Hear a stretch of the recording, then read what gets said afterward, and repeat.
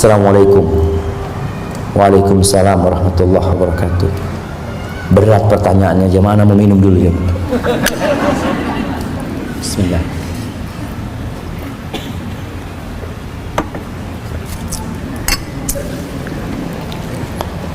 Nah, pertanyaannya, saya di madu, Ustaz. Masya Allah jemaah.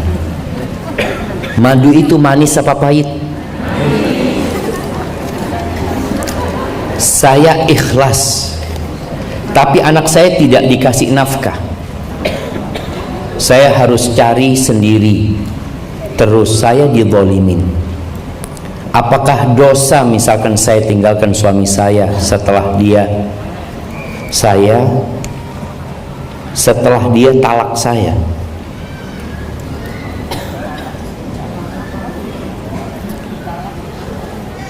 Nah, gimana ini jemaah? Apakah dosa misalkan saya tinggalkan suami saya setelah dia talak saya? Ya kalau sudah talak ya tinggal suaminya jemaah. Ini loh jemaah. Jadi ada banyak poligami yang tidak sehat. Jadi banyak suami, boleh suami nikah lebih dari satu ya, apabila dia punya kemampuan. Allah Azza wa Jalla mengatakan fankihu ma taba lakum minan nisa mathna wa thulatha wa ruba'.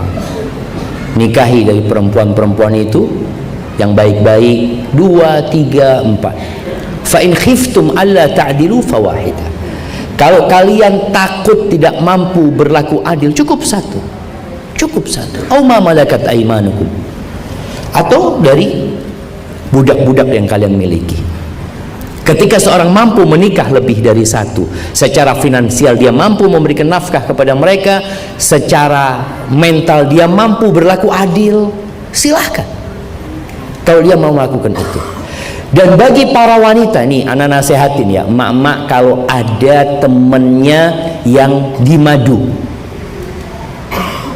apa yang dilakukan oleh ibu-ibu? Datang ke sana bela sungkawa. Ya Allah, kesian kamu ya.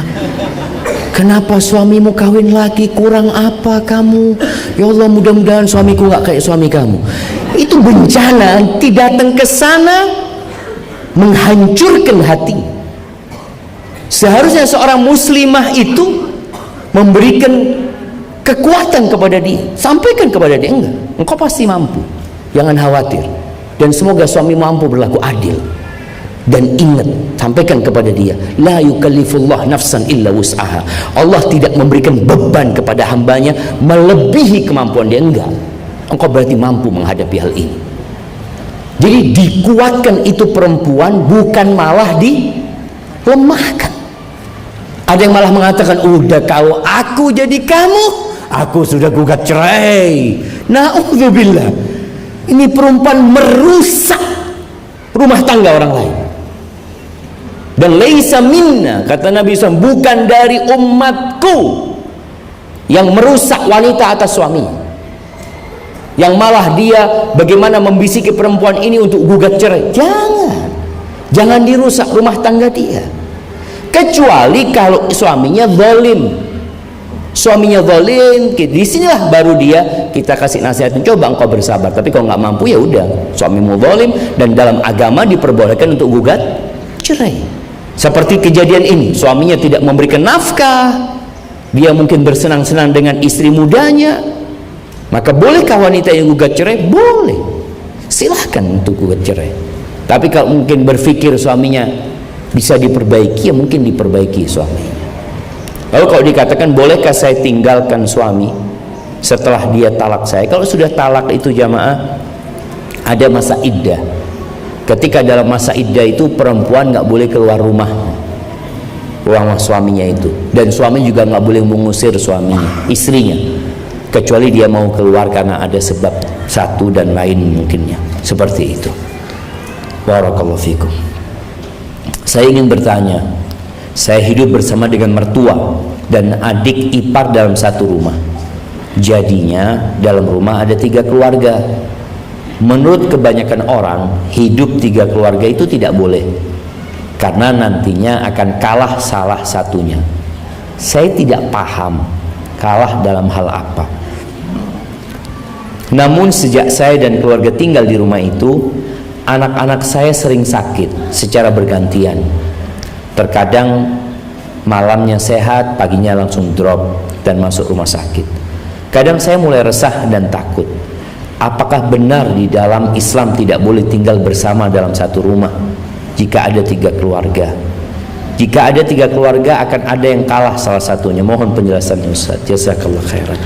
Masya Allah, pertanyaan ini menarik jemaah. Ana juga baru tahu. Tapi yang sering Ana dengar, nggak boleh foto bertiga. Iya, betul. Jangan foto bertiga, nanti salah satunya mati. Seperti itu. Padahal semuanya bakal mati jemaah. Emangnya kalau foto bertiga yang mati cuma satu? Semuanya mati. Jadi mungkin ini ada warisan-warisan nenek moyangnya yang berkaitan dengan kesialan. Anak kemarin nginep di hotel di Surabaya, hotel bintang 5. Anak ketika naik lift, anak nggak perhatian. Pas turun, anak baru perhatian. Di situ nggak ada nomor 4. Nomor 4 nggak ada. 13 nggak ada. 14 nggak ada. Anak ngomong kenapa ya? Apa memang mereka salah waktu belajar matematika dulu? Jadi sama gurunya nggak diajarin nomor 4 itu. Ini bicara keyakinan berkaitan dengan khurafat-khurafat yang tersebar di masyarakat. Di dalam agama kita nggak ada jemaah. Nggak ada kesialan dengan angka. Tidak ada kesialan dengan hari. Nggak ada. Ada kesialan dengan umpamanya dengar suara burung dulu orang-orang ya. Burung gagak, aduh ono sing mati. Masya Allah. At-tiyaratu minasyirik. Meyakini kesialan-kesialan dalam angka, dalam suara, dalam apapun yang tidak ada di situ Allah tentukan kesialan, itu termasuk dari kesyirikan. Jadi bicara satu rumah ada 3 keluarga sebenarnya nggak ada masalah. Tapi anak ingat ketika anak menikah, abahnya itu ngasih nasihat sama anak, Syafiq kalau bisa nggak kumpul sama mamanya, kata dia. Ketika menikah itu usahakan nggak kumpul sama orang tua. Kalau bisa punya rumah sendiri ya. Takut nanti ada keributan antara menantu sama mertua. Itu kalau tidak ada kecocokan. Tapi kalau ada kecocokan, ahlan wa sahlan, nggak ada masalah. Jadi kalau hidup di rumah itu dijaga perintah-perintah Allah. Yang jelas ketika satu rumah ada ipar, perempuan nggak bebas buka jilbabnya. Ketika ada orang lain yang bukan mahramnya, dia tetap harus pakai jilbabnya. Jadi insya Allah nggak ada masalah.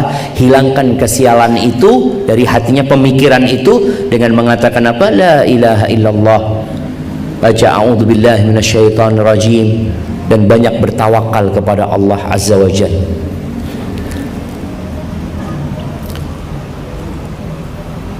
Ustaz, bagaimana menjadi istri setegar Hajar yang pada saat jauh dengan suaminya ia mampu menjaga diri dan mendidik anaknya? Apa yang harus dilakukan sebagai bentuk baktinya pada suami meskipun sedang jauh tanpa komunikasi dalam waktu yang lama karena kondisi yang Allah takdirkan? Wallahi sahih jemaah. Cuma tadi kan tentang bagaimana cara kita memandang. Waktu Hajar ditaruh di Mekah sama Nabi Ibrahim, di situ cuma dikasih bekal 1 wadah kurma dengan 1 tempat air. Nggak ada siapa-siapa. Terus Nabi Ibrahim berangkat, pergi dengan ontanya beliau. Hajar ngikutin dari samping, mengatakan, ya Ibrahim, ila man takiluna? Wahai Ibrahim, kepada siapa engkau titipkan kami di sini? Kita kan selalu berpikir mau dititipkan ke siapa gitu, kita mau pergi ini dan itu. Hajar tanya, kepada siapa engkau titipkan kami di sini? Nggak ada siapa-siapa di sini. Nabi Ibrahim nggak jawab. Terus Nabi Ibrahim berjalan. Yang kedua tanya lagi, nggak dijawab. Yang ketiga nggak dijawab. Sadar Hajar ini mungkin pertanyaannya yang salah. Jadi para ibu-ibu ini ketika bertanya kepada suaminya, tolong difikirkan apakah pertanyaannya itu sudah benar atau tidak. Ketika nggak dijawab, dirubah pertanyaannya sama Hajar. Apa pertanyaannya? Allahu amaraka bihadza? Apakah Allah yang memerintahkan kepadamu untuk melakukan ini? Nabi Ibrahim mengatakan, nah, iya. Lalu kata Hajar, engkau berangkat sudah, Allah tidak akan melantarkan kami. Idzan la yudayyi'una. Selesai. Jadi kalau bicara bagaimana menjadi seperti Hajar, kenali Allah Azza wa Jalla. Allah itu lebih sayang sama kita daripada pasangan hidup kita. Orang itu lebih sayang sama kita daripada kedua orang tua kita. Allah itu lebih sayang sama kita daripada anak-anak kita. Allah itu lebih sayang daripada seluruh umat manusia. Makanya Nabi Ayub ketika hidup penuh dengan penderitaan, disebutkan 18 tahun ya, beliau tertimpa penyakit yang menjijikkan, kemudian dikucilkan oleh masyarakat, hartanya habis, hidupnya melarat. Beliau berdoa kemudian meminta kepada Allah. Apa doanya? Beliau mengatakan, wa ayyuba idnada rabbahu anni massani ad-dur wa anta arhamur rahimin. Ayub ketika menyuruh kepada Tuhannya mengatakan, sesungguhnya aku tertimpa satu hal yang menyusahkan aku ya Allah. Aku tertimpa penyakit ya Allah. Wa anta arhamur rahimin. Dan engkau ya Allah adalah yang pengasih di antara semua yang mengasihi. Nggak berubah keyakinan Nabi Ayub kepada Allah Azza wa Jalla bahwa Allah itu arhamur rahimin. Kita ketika terkena musibah mulai ada pikiran macam-macam. Maka kalau ingin menjadi seperti Hajar, kenali Allah Azza wa Jalla. Dan hendaklah engkau memandang hidup ini beribadah, bukan untuk bersenang-senang. Hidup ini dalam rangka mengabdi kepada Allah, berlomba-lomba meraih ad-darajatil ula, tingkatan-tingkatan yang tinggi di surga Allah Azza wa Jalla. Itu jamaah. Sehingga seorang istri ketika harus berjauhan dengan suaminya, ingat dia sedang mengabdi kepada Allah. Suaminya tidak melihat, tapi dia ada anak di sini yang harus dia didik. Dan bagaimana Hajar mendidik Ismail, bayangin nih. Ketika Nabi Ibrahim datang, lalu Nabi Ibrahim datang, anaknya sudah mulai gede, udah bisa kerja. Nabi Ibrahim mengatakan kepada anaknya, ya bunayya inni ara fil manam anni adbahu fandur madza tara.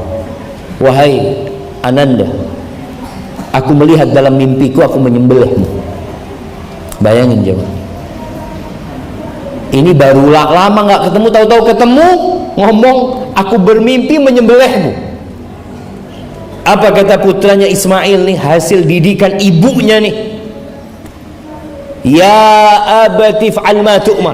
Wahai ayahanda, laksanakan yang diperintahkan kepadamu. Satajiduni insyaallah minas sabirin. Engkau akan mendapati aku insyaallah termasuk orang-orang yang sabar. Itu makanya peran ibu ini besar jemaah. Bagi perempuan-perempuan yang kadang-kala dia mengatakan, saat ana single parent, sudah hadapin hidup ini. Bismillah. Allah tidak memberikan ujian kepada hambanya di luar batas kemampuan dia. Barakallahu fiik. Pak Ustadz, saya ingin bertanya. Saya seorang ibu rumah tangga. Saking banyaknya masalah dalam rumah tangga saya jadi bosan di dunia. Serasa berat sekali. Semua terasa hampa. Saya ingin segera kiamat saja. Tapi saya tidak yakin dengan bekal amal saya sudah cukup apa belum amal saya. Saya harus gimana Pak Ustaz? Ahibati fillah, musibah yang menimpa itu untuk menghapuskan dosa dan mengangkat derajat. Kalau engkau merasa isi rumah tanggamu semua masalah, kayaknya salah. Ada banyak nikmat di rumah itu. Allah mengatakan wa fi anfusikum afala tubsirun. Di diri kalian ada tanda-tanda kebesaran Allah. Lihat jari-jari yang bisa bergerak ini jemaah. Engkau berangkat ke rumah sakit, engkau lihat ruangan khusus untuk orang-orang yang apa istilahnya, yang habis tabrakan-tabrakan itu jemaah, yang tempurungnya dibuka, ya, yang belum sadar ini itu, yang kakinya diamputasi ini itu, supaya engkau lihat ternyata banyak nikmat Allah berikan kepada aku. Ada banyak nikmat Allah. Soalnya kalau engkau seperti ini, boleh jadi nanti engkau seperti istrinya Nabi Ismail yang pertama gitu. Karena dianggap semuanya masalah. Dan kita sering mengatakan penyebab masalahnya dia. Boleh jadi kita penyebab masalah. Maka tolong engkau perbanyak istighfar, mohon ampun sama Allah Azza wa Jalla. Innallaha la yughayyiru ma biqaumin hatta yughayyiru ma bi anfusihim. Allah akan merubah kondisi seseorang sampai mereka merubah kondisi mereka sendiri. Jadi kita perlu berubah. Bagaimana masalah-masalah ini menjadi pengangkat derajat buat dia, penghapusan dosa. Kalau bicara ingin kiamat terjadi, kiamat pasti terjadi. Kematian pasti datang. Tapi bagaimana tatkala kematian datang kita husnul khatimah. Jadi hendaklah menjadi seorang wanita yang kalau memang dia tadi, aduh Ustaz, anak kayaknya sama suami sama ini ruwet sudah Ustaz, ya udah berkhidmat kepada suami karena berharap pahala dari Allah Azza wa Jalla. Kelak akan ada pemimpin-pemimpin, ini kata Nabi SAW kepada para sahabatnya, yang pemimpin-pemimpin itu memikirkan hak mereka dan tidak memikirkan hak rakyatnya. Dan dalam kehidupan rumah tangga mungkin ada suami-suami yang nuntut haknya tapi tidak pernah memberikan hak istri. Apa yang harus dilakukan? Ya udah, berikan hak suamimu. Terus hak ana Ustaz, minta sama Allah Azza wa Jalla. Allah itu Ar-Razzaq Dzul Quwwatil Matin. Maka insya Allah akan lebih baik yang kau dapatkan daripada yang kau dapatkan dari suamimu. Barakallahu fiik. Ustaz, saya janda dengan 3 orang anak. Pekerjaan saya menjahit. Terkadang jadwal kajian berbenturan dengan pekerjaan. Apa yang harus saya prioritaskan Ustaz? Mohon doanya ya Ustaz. Semoga Allah mendahulukan ambisi akhirat saya. Jazakumullah khairan. Barakallahu fiik.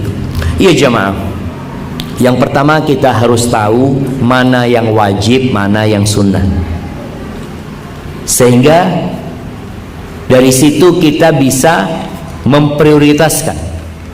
Tentunya yang wajib lebih utama daripada yang sunnah sekarang. Kalau pekerjaan itu jadi kewajiban kita, kita teken kontrak, kita bekerja dari jam sekian sampai jam sekian, berarti kita sudah jadi kewajiban. Adapun kajian bukan jadi kewajiban kita, maka kita dahulukan kewajiban kita, walaupun kewajiban kepada manusia. Karena al-muslimuna ala syurutihim, orang-orang Islam itu terikat dengan persyaratan yang dibuat di antara mereka. Jadi mana yang lebih diutamakan? Yang wajib. Kajian kalau memang berbenturan mungkin bisa cari waktu lain untuk kajian. Tapi kalau memang ingin ikut kajian karena kajian ini tidak selalu Ustaz, ya minta izin sama tempat kerjanya. Dia mengatakan umpamanya, afwan ana ada kajian, ana minta izin, nanti ana gantikan di waktu yang lain, waktu ana ini. Kalau diperbolehkan oleh tempat kerjanya, ahlan wa sahlan. Kalau nggak diperbolehkan, tetap sesuai dengan kewajiban yang sudah dia terikat dengannya. Jadi seperti itu. Kemudian bicara amalan sunnah pun bertingkat-tingkat. Jadi ibadah sunnah itu nggak satu tingkatan. Kalau bicara membaca Al-Quranul Karim dengan berzikir lebih utama mana? Ketika mendengarkan adzan, kita sedang baca Quran, lebih utama jawab adzan atau baca Quran? Itu pun perlu dipelajari sehingga kita tidak kehilangan banyak pahala gara-gara tidak mengerti. Barakallahu fiik. Ana mau bertanya, apakah sah perceraiannya jika suami meninggalkan istrinya berbulan-bulan sampai bertahun-tahun tanpa ada surat cerai dari pengadilan, namun hanya satu pernyataan dan tanda tangan dari secari kertas yang dibuat suami menyatakan talak kepada istrinya dengan disertai materai dan tanda tangan dari salah satu keluarga. Sah aja. Makanya ucapan cerai ini ucapan yang menakutkan. Nabi alaihissalatu wassalam mengatakan thalathun jidduhunna jiddun wa hazruhunna jiddun. Ada 3 perkara yang seriusnya serius, yang guraunya serius. Salah satunya at-talaq, cerai. Kalau suami SMS istrinya mengatakan aku ceraikan kamu, jatuh cerai. Nggak ada tanda tangan, nggak ada saksi, jatuh cerai. Jangan main-main. Kemudian nanti suaminya mengatakan afwan, aku cuma bergurau, jatuh cerai. Jadi kalau ada tulisan atau ucapan, boleh jadi nggak ada istrinya, dia ngomong sama sahibnya, aku ceraikan istriku, kok saksi ya, itu jatuh cerai. Maka jangan main-main dengan kata-kata ini. Dan ketika sudah jatuh cerai, ya istri menjalani masa iddahnya. Selesai masa iddahnya, maka dia sudah bukan lagi istri lelaki itu. Ustaz, tapi kan tidak ada surat cerai dari pemerintah. Nah, kalau yang dari pemerintah itu berkaitan dengan keabsahan yang di negara kita. Seperti tadi ada seorang bapak menikahkan putrinya tanpa dicatat di pengadilan. Sah enggak? Sah secara agama. Tapi secara negara belum sah. Tapi secara agama sudah sah.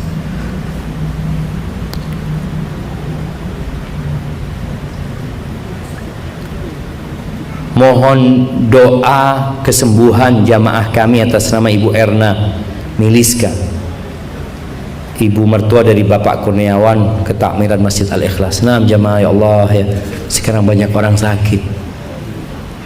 Ada sakit yang menahun sakitnya itu. Ingat itu, semoga menjadi penghapusan dosa dan pengangkat derajat. Maka kita memohon kepada Allah dengan nama-namanya yang indah, dengan sifat-sifat yang mulia. Allahumma shfi mardana wa mardal muslimin, Allahumma shfi mardana wa mardal muslimin. Dan semoga yang sakit disembuhkan dari semua jamaah kita yang dari sini, dan ibu tadi yang ingin didoakan. Barakallahu fiik. Ustaz, saya memiliki hutang cukup banyak. Maka jangan berhutang, jangan. Alhamdulillah beberapa teman dan saudara memberi kami hartanya untuk kebutuhan sehari-hari. Lalu bagaimana kami bisa mengamalkan berbagi kepada yatim dan fakir miskin? Ahibati fillah, hidup ini dimulai dengan berdoa. Kita mau tidur berdoa. Ada doa sebelum tidur itu minta dilunasi utangnya. Antum baca. Kemudian bangun tidur kita mulai dengan doa. Dan di antara doa yang dipanjatkan Nabi SAW dalam kehidupan beliau, beliau mengatakan Allahumma inni a'udzubika minal ma'thami wal maghram. Ya Allah, aku berlindung kepadamu dari dosa dan hutang. Beliau juga berdoa Allahumma inni a'udzubika minal hammi wal hazan wa minal azzi wal kasal wa minal jubni wal bukhl wa min ghalabatid daini wa qahrir rijal. Ya Allah, aku berlindung kepadamu dari kesedihan di masa lalu dan kekhawatiran dengan masa yang akan datang. Aku berlindung kepadamu dari kelemahan dan kemalasan. Aku berlindung kepadamu dari kebakhilan dan sifat pengecut. Aku berlindung kepadamu dari terlilit hutang dan dizalimin oleh orang-orang.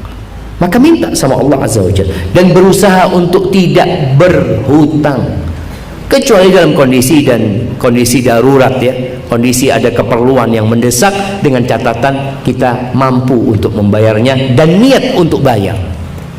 Karena kata Nabi sallallahu alaihi wasallam, man akhadha amwalan nas yuridu adaaha adallah anhu. Barang siapa yang ngutang sama orang lain tapi niat mengembalikan, Allah akan bantu dia mengembalikan. Tapi niat nggak mengembalikan, Allah akan binasakan dia bersama hartanya. Makanya ada orang nggak bisa bayar hutang karena dari awal dia nggak niat bayar hutang. Maka tolong niatkan. Kalau dikatakan bagaimana ana bisa berbagi sedangkan ana masih hidup susah dalam ekonomi, Nabi SAW mengatakan, tabassumuka fi wajhi akhika sadaqah. Senyummu untuk saudaramu itu sedekah. Jadi nggak bisa berbagi dengan harta, berbagi senyuman kepada fakir miskin. Doakan mereka. Ada anak yatim susah hidupnya, bagaimana kita berbagi dengan dia, mungkin bukan uang tapi berbagi pengalaman, kasih semangat buat dia, insya Allah itu ada nilai sedekah di sana. Barakallahu fiik. Saya seorang mahasiswi. Setiap di kampus saya selalu bertemu teman lelaki. Saya belum mampu menundukkan pandangan. Bagaimana cara menundukkan pandangan Ustadz? Lebih tepatnya bagaimana cara istiqomah menundukkan pandangan? Lalu Ustadz, apakah ketika saya terbayang-bayang lelaki itu tanda saya telah jatuh cinta? Apa tandanya saya dianjurkan untuk menikah? Apa yang sebaiknya saya lakukan? Wallahi jamaah, ada banyak hal yang perlu diperbaiki di negeri kita ini. Salah satunya yang sering ana sampaikan adalah berkaitan dengan pendidikan, di mana laki-laki dan wanita dicampur adukkan. Apa sih tujuannya? Dan apa manfaatnya ketika mereka dicampur adukkan jadi satu? Ada sekolahan yang sampai saat ini masih berdiri sejak zaman Belanda dulu. Mungkin di Malang ini pun ada sekolah-sekolah yang didirikan sebelum kemerdekaan RI. Di Jakarta itu ada sekolah Kanisius yang kemarin ana lewat, ana sering baca tapi nggak pernah lihat sekolah ana. Lihat sekolah namanya Kanisius apa? Berdiri sejak tahun 28 nggak salah disitu tulis. 28 pas Sumpah Pemuda ya 28. Itu sekolah khusus laki-laki. Khusus sampai hari ini. Punya Katolik. Dulu punya Belanda. Punya Katolik. Dan ada sekolah khusus perempuan juga yang dimiliki oleh non muslim. Kenapa? Karena tujuannya sekolah ini belajar, bukan mau pacaran. Kenapa harus dikasih tontonan yang seperti itu? Maka semoga ke depan kita bisa lebih dewasa lagi, memikirkan yang manfaat buat negeri kita, agar anak-anak yang sekolah benar-benar bisa mencapai tujuan mereka sekolah. Bukan malah, wahai jamaah, kalau mau dilihat ya, dokter-dokter yang melakukan aborsi di Jakarta, mungkin di sini, mungkin di Surabaya, di Jakarta pernah ditemukan 30.000 janin yang diaborsi. Rata-rata dari mahasiswa, dari orang-orang yang pacaran mereka. Kenapa? Ya karena memang digabungin jadi satu gitu. Terus apa yang harus dilakukan sekarang? Yang pertama, engkau harus menundukkan pandangan dan menghindar dari laki-laki itu. Sibukkan diri dengan beristighfar, mohon ampun sama Allah Azza wa Jalla. Kalau bicara kebayang laki-laki tersebut, itulah anak panah setan yang beracun. Jadi kalau bicara racun itu cukup mengenai ujung jari kita ya. Tapi itu sampai ke hati nanti jamaah. Anak ingat ketika anak digigit ular, anak ikat di sini ya, bisanya ular itu sampai dibakar sama teman-teman waktu di pondok itu jamaah. Anak rasakan sakitnya di sini, padahal di sini digigitnya. Setelah itu anak rasakan sakitnya di sini jamaah. Setelah itu anak muntah-muntah. Anak ngomong kayaknya anak mau mati sudah nih jamaah. Seperti itu racun akan masuk. Maka orangnya udah nggak ada, ini perempuan di kamar sendirian. Kok kayak di tembok ini ada wajahnya dia ya? Nah itu anak panah yang beracun tadi. Kalau dikatakan menikah, waktunya menikah, ya ketika perempuan itu sudah baligh dan silahkan sudah menikah jangan. Di negeri kita ini dipatok perempuan menikah itu umur berapa? 19 sekarang ya, dulu 17, dulu 19. Tapi untuk berzina nggak ada patokan umur, nggak ada. Anak SD berzina, anak SMP berzina di Surabaya 10 tahun yang lalu. Iya, ketika anak pulang dari Medina 10 tahun yang lalu, anak SMP itu sudah jadi, bukan jadi pezina, bukan jadi pelacur jamaah. Anak SMP kelas 3 SMP itu sudah jadi germo, menjual teman-temannya. Dan ini masalah yang belum ketemu solusinya. Bicara menikah dibatasin, tapi berzina seharusnya ada solusi. Bagaimana supaya tidak terjadi perzinaan, bagaimana supaya tidak terjadi aborsi. Yang banyak digaungkan bagaimana seks aman, bukan bagaimana supaya tidak terjadi seks sebelum pernikahan. Yang ada dipikirkan bagaimana seks supaya tidak kena HIV, bagaimana seks supaya tidak hamil. Na'udzubillah min dzalik. Maka kalau bicara menikah, nanti segera menikah, nggak ada masalah, bismillah. Kalaupun belum umurnya belum cukup, bisa diajukan, nggak ada masalah. Orang pemerintah memberikan batasan itu, tapi tetap bisa diaturlah jamaah. Ustaz, ada seorang anak yang masih di bawah umur, telah salah pergaulan sehingga melakukan kesalahan yang fatal. Nih jamaah, di bawah umur, apa yang harus orang tua lakukan agar anaknya sadar dan bertobat tanpa merasa ditekan? Karena selama ini dia merasa ditekan orang tuanya, padahal tujuan orang tuanya agar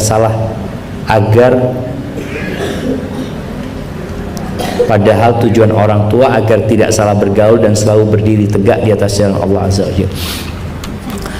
Iya jamaah, jadi kondisi yang terjadi di banyak tempat itu, anak-anak itu dilemparkan ke air, tapi kata orang tuanya jangan basah ya, jangan sampai basah.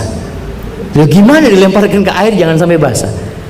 Tadi ketika dia sekolah di tempat yang laki perempuan kumpul jadi satu, lalu dikatakan jangan pacaran. Loh, gimana? Memang dia sudah di situ bersamaan. Kuliah hati-hati, bapak nggak mau nggak pacaran. Loh, gimana bapak? Dilemparkan anaknya di air lalu dikatakan jangan basah. Ini satu hal yang berat. Walaupun ada orang yang dilemparkan nggak basah, karena dia ketutup sama plastik jemaah. Artinya dia punya pegangan yang kuat, sehingga dia tidak terpengaruh dengan lingkungan yang ada. Yang perlu dilakukan orang tua dengan anak yang sudah salah pergaulan ini, tolong dicarikan teman-teman bergaul. Jadi datangkan temannya kawan, main ke rumah, ajak dia main ke rumahnya fulan. Dan sekarang Anda lihat mungkin tempat yang selamat untuk bergaul itu pesantren-pesantren masih, alhamdulillah lah jemaah.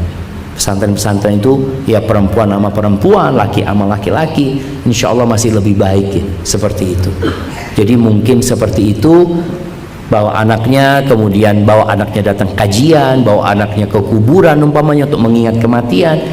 Jadi ada usaha dari orang tua bagaimana menguatkan dia,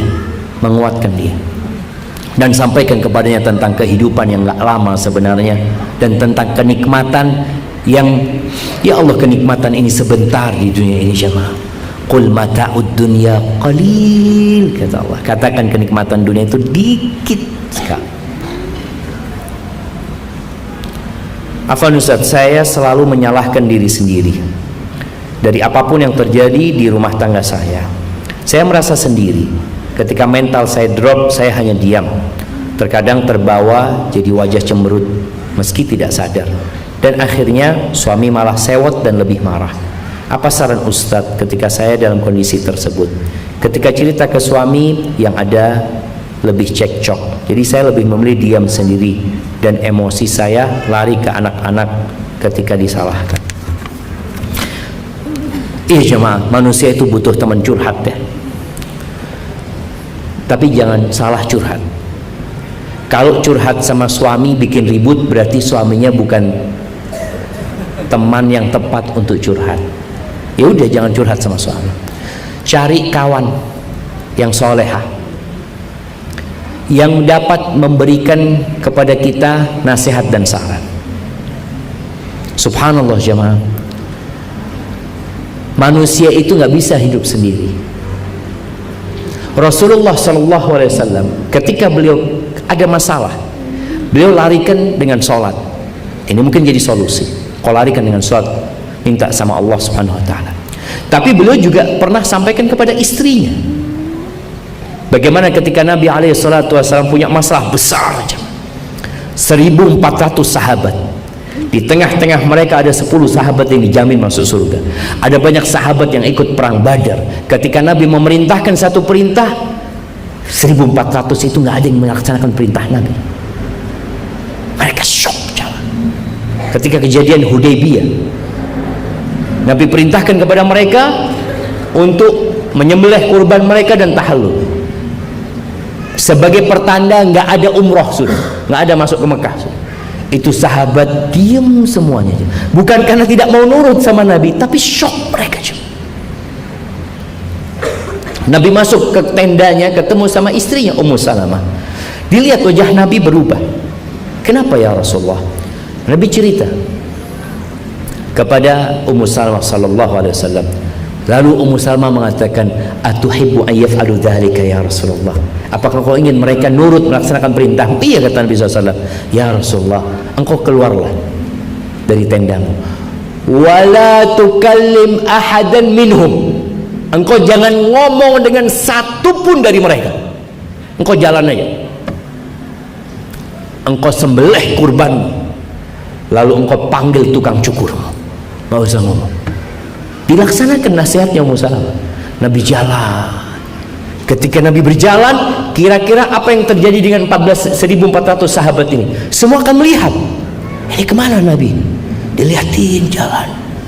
Nabi menuju ke ontanya, diambil pisaunya, disembelih itu ontanya. Jatuh tuh onta Nabi SAW. Lalu Nabi panggil tukang cukurnya. Nabi cukur. Sahabat ketika melihat itu, berarti kita pulang ke Madinah sudah. Mereka semuanya rebutan jamaah menyembelih korban dan mencukur kepala mereka. Jadi kadang-kadang butuh teman ngomong. Kalau enggak, tadi larinya kepada siapa? Anak-anak yang jadi korban. Wallahi kesian anak-anak itu. Dan nasihat ana, beli samsak di rumahnya. Iya, beli samsak. Ketika kita itu perlu, kadang-kadang kita kepingin apa ya, kalau ada piring kepingin kita lempar piring ini sama. Jangan. Bisa menyalurkan masalah itu dengan olahraga. Dengan olahraga, jantung kita berdetak dengan sehat ya. Samsak itu pukul jamaah sampai capek.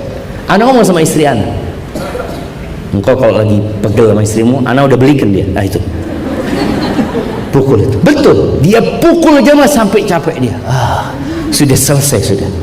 Itu menjadi salah satu cara untuk, ya selain cara agama tadi, secara medis juga menyalurkan kekesalan itu dengan olahraga, dan itu menjadi alat untuk menyalurkan kekesalan itu. Jangan dipukul suaminya.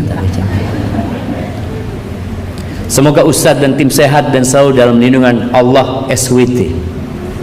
Afwan izin bertanya Ustadz. Ya ma, jangan tulis SWT, ini pujian buat Allah. Tulis Subhanahu wa ta'ala. Apa yang menghalangi kita dalam berbuat kebaikan? Apakah tidak memaafkan orang lain termasuk penghalang kebaikan?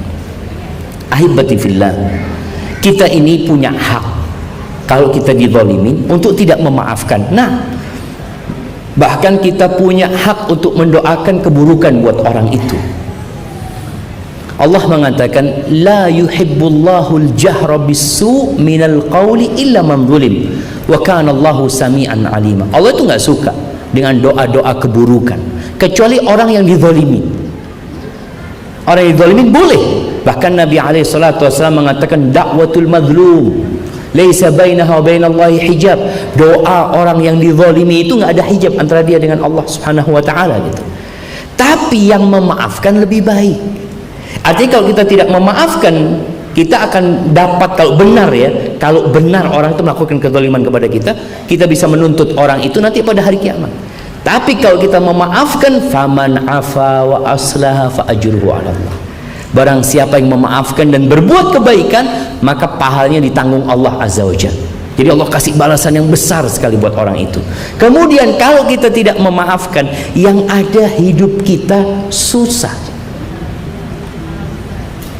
Ketemu orang itu, astagfirullah, datang orangnya, ngelihat sandalnya, na'udzubillah, ada di sini dia, itu kita jadi pergi. Tapi kalau kita memaafkan, plong, plong. Dan kalau bicara berbuat salah, kita tiap hari berbuat salah, dan kita tiap hari minta maaf sama Allah. Makanya doa orang ketika Lailatul Qadar itu, bayangin ya, Lailatul Qadar, insyaallah doa mustajab waktu. Doanya apa? Allahumma innaka afuun tuhibbul afwa fa'fu anni. Ya Allah, engkau itu maha pemaaf, engkau cinta maaf, aku nggak mau maafkan dia. Masa gitu coba. Kita mengatakan, ya Allah, engkau maha pemaaf, engkau cinta maaf, maafkan aku, tapi aku nggak mau maafkan dia. Gimana coba? Gak pantas gitu loh. Sebagaimana kita punya salah, ya maafkan. Abu Bakar As-Siddiq pernah sakit hati dengan sepupu dia. Sakit hati, Allah ya, kalau anda lihat bagaimana sakit hatinya Abu Bakar sama sepupunya, namanya Mistah. Tiap bulan dikasih santunan Mistah ini sama Abu Bakar, dikasih santunan terus, miskin dia. Kemudian tahu-tahu dia itu menfitnah putrinya Abu Bakar, istrinya Nabi SAW, berzina. Bayangkan, difitnah berzina, disebarkan di kota Madinah. Gimana nggak sakit hati? Ketika Allah turunkan surat yang membersihkan nama baik Aisyah radhiyallahu ta'ala anha, Abu Bakar bersumpah nggak akan ngasih Mistah lagi. Itu Allah tegur jamaah, falyafu wal yasfahu, hendaklah mereka memaafkan, udahlah melupakan kesalahan, nggak usah dikasih hukuman tuh orang. Ala tuhibbuna ayyaghfirallahu lakum, apa kalian nggak ingin diampuni sama Allah Azza wa Jalla? Abu Bakar mengatakan, bala ya Rabb, iya aku ingin diampuni ya Allah. Abu Bakar menebus sumpahnya, kemudian dia kembali memberikan santunan kepada Mistah.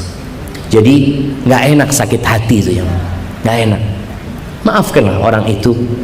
Kalaupun kita, ana maafkan Ustaz, tapi ana nggak mau hubungan lagi sama orang itu Ustaz, nggak apa-apa. Kita udah kenal sama orang itu pernah berkhianat, udahlah, ana nggak mau hubungan lagi sama dia, nggak apa-apa. Tapi tetap kita sudah maafkan, jadi aman ketemu sama dia, duduk ahlan wa sahlan. Barakallahu fiik jamaah. Kayaknya itu pertanyaan terakhir yang dapat ana jawab. Yang belum dijawab di sini ana bawa pulang ya. Mudah-mudahan ini menjadi amalan ibu-ibu yang sudah menulis dan berada di catatan timbangan pada hari kiamat nantinya. Yang benar dari Allah Azza wa Jalla, yang salah dari diri anak pribadi, Allah dan Rasul terbebaskan dari kesalahan itu. Subhanakallahumma wa bihamdika asyhadu an la ilaha illa anta astaghfiruka wa atubu ilaik. Wassalamualaikum warahmatullahi wabarakatuh.